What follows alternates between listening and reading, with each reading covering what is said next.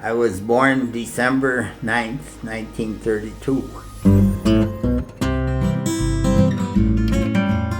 We had no cattle, no cows, no nothing, so I knew nothing about farming. But his dad liked to fish, so he decided he was going to buy a place on the lake so his dad could fish. And he found this nice cabin at Kimball. But the people were not going to sell just the cabin. So in order to get the cabin, my dad had to buy a 170-acre farm with cows, sheep, pigs. Well, then he'd bring us out to the lake all summer long, and I fished for 2 days. And then I thought, well, this is enough of that. I just happened to run into one of the local farmers, and he said, why don't you work for me? First year, all I did was make sure that the beer was cold, and the next year I emptied the grain wagon. Pretty soon I was pitching bundles. It was high school years, and everybody called me Farmer Frank, because I was going to be a farmer.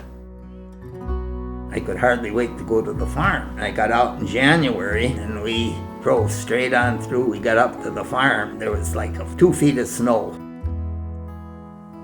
We hiked through the big snow, and we got up to the farmhouse, and there was nothing in the whole thing, no rugs, nothing. I was so excited. We started fixing things up a little. So I thought, well, I got all this grass, what am I going to do with it? Well, then somebody said, why don't you get beef cows? And he said, if you get cattle, you get Angus. And he said, get the biggest ones you can get. Then I figured out, well, now I'm going to get Angus, and I'm going to make meat. It was real hard not knowing anything, and there was no money. That was really... Well, and he didn't know what he was doing. No money at all. I was a worker, and Frosty was a worker, and we were getting boys all the time.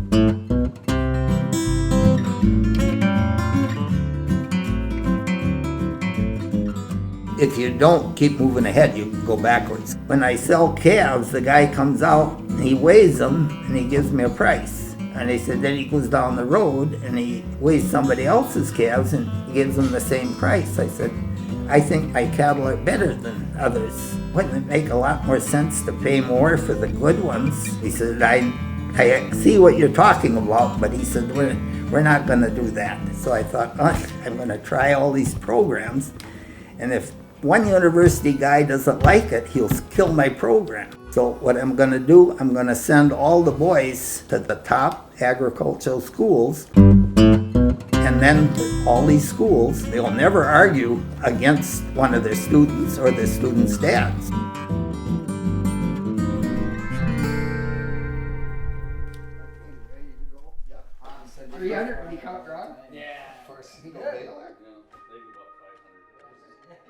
What are you most proud of? You know, the 9 boys and my wife.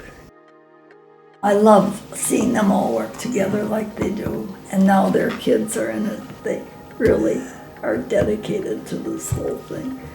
Yeah, it's basically our enjoyment is the kids.